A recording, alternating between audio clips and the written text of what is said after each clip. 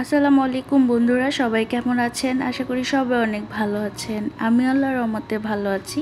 চলে এলাম আপনাদের মাঝে নতুন আরেকটি ব্লগ নিয়ে। তো সকালবেলা ঘুম থেকে উঠে আমার প্রথম কাজ হচ্ছে চিয়া সিডটাকে ভিজানো আর চুলার মধ্যে জিরা পানিটা বসিয়ে দিই, যেটা আমি সারা রাত ভিজিয়ে রাখি। তো তারপর একটু দুয়ারে বের হয়ে হাঁটাহাঁটি করি। তো দেখেন আমাদের গাছের আমরা গাছটা পুরো খালি হয়ে গিয়েছে আর কয়েকটা আমরা ঝুলে আছে। তো এক সাইডে একটু পাতা আছে, কিছুদিন পরই এটা পড়ে গেলে আবার নতুন পাতা আসা শুরু হবে, তখন আবার নতুন করে আমরার ফুল আসবে। তো যাই হোক, এখানে ফ্রেশ হয়ে জিরা পানি খাচ্ছিলাম। ধরতে গেলে আমার এটাই নাস্তা। যেদিন আমি স্কুলে না যাই ওই দিন দেখা যায় সকালবেলায় চিয়া সিড আর জিরা পানি খেয়ে আমার দিন পার, মানে নাস্তা খাওয়ার আর সময় হয় না। হ্যাঁ, সাব্বির সাফা দুজনকে, কিন্তু আমি কাজের চাপে আর খেতে পারি না। সাব্বির সবসময় চিল্লাতে থাকবে যে আগে নাস্তা করো তারপর যা করা করো, কিন্তু ওই কাজের মধ্যে থাকলে না তখন আর খাওয়া হয় না। তো যাই হোক, এই সময়টা আমি একটু রিল্যাক্সে জিরা পানিটা খাই আর মাইন্ডে সেট করতে থাকি কোন কাজটা আগে করব পরে করব।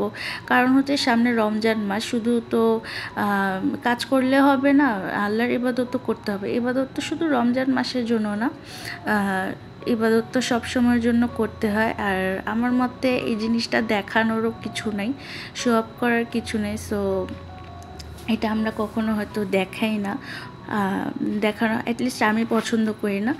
তো যাই হোক, রমজান মাসে তা আমরা নর্মাল দিনে যে ইবাদত করি তার চেয়ে বেশি একটু ইবাদত করতে হয়, কারণ রহমতের মাস। এই সময়টা আল্লাহ যাই দেয় সব কিছুই দ্বিগুণ দেয়। তো ওই জিনিসটা মাথায় রেখে যাতে রমজান মাসে একটু ফ্রি থাকতে পারি আর আল্লাহর ইবাদতটা একটু বেশি বেশি করতে পারি, তো আমি কি করি, প্রতি বছরই ইফতার আইটেম কিছু যেগুলো ফ্রোজেন করা যায় ওগুলো আমি ফ্রোজেন করি। তো এই বছরও ফ্রোজেন করব, তো ওগুলারই আস্তে আস্তে প্রিপারেশন নিচ্ছি। বাজারের সাথে বাদাম এনেছিলাম, তো এই বাদাম বাটাটা ঈদের জন্য পোলাওতে বা রেজালা এগুলোতে ব্যবহার করব, তো ওইটার জন্য ব্লেন্ডার করে রেখে দিচ্ছি। তো এই বাদাম বাটা আমার অনেক দিন চলে যাবে।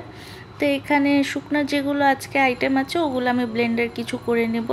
তো আজকে আদা রসুনটা বেশি আছে, তো অল্প অল্প করে সব কিছু যা আর কি, যেগুলো আর কি অল্প অল্প ব্লেন্ডার করা সেগুলো নিচ্ছে, আর আদা রসুনটা ব্লেন্ডার করে নেব।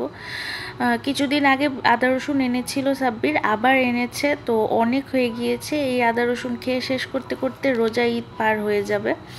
তো আমি সব ব্লেন্ডার করে এখন ফ্রিজে রেখে দিব। আর এগুলো আমি মার বাসায় পাঠিয়ে দিয়েছিলাম, মা একেবারে কেটে ধুয়ে আমাকে পাঠিয়ে দিয়েছে, আমি ব্লেন্ডার করে নেব।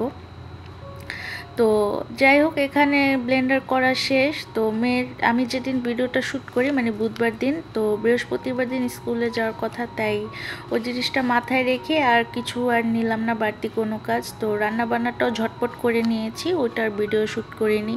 তো ডালটা রান্না করার সময় মনে হলো যে আপনাদের সাথে একটু শেয়ার করি। অনেকে আছে যে মূলাটা খেতে পছন্দ করে না, তো মূলাটা যদি এভাবে ডালে দিয়ে খাওয়া যায়, বিশ্বাস করেন কোনো ধরনের ব্যাড স্মেল আসে না, আরও খেতে খুবই মজা লাগে। সাফা সাব্বির দুজনই মূলা খেতে একেবারে চায় না যদি ভাজি তরকারি রান্না করা হয়।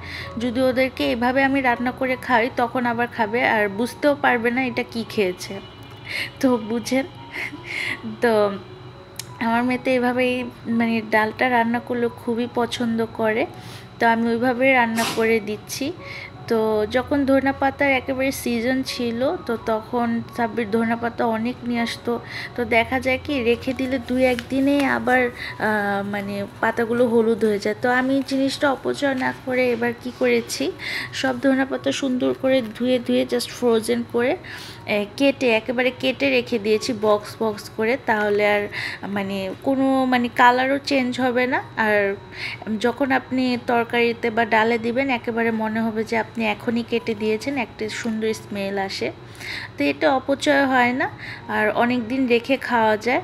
তো আমি আজকে ওইভাবে ওই যে এক বক্স বের করেছি, আবার ডালে দিয়ে দিলাম।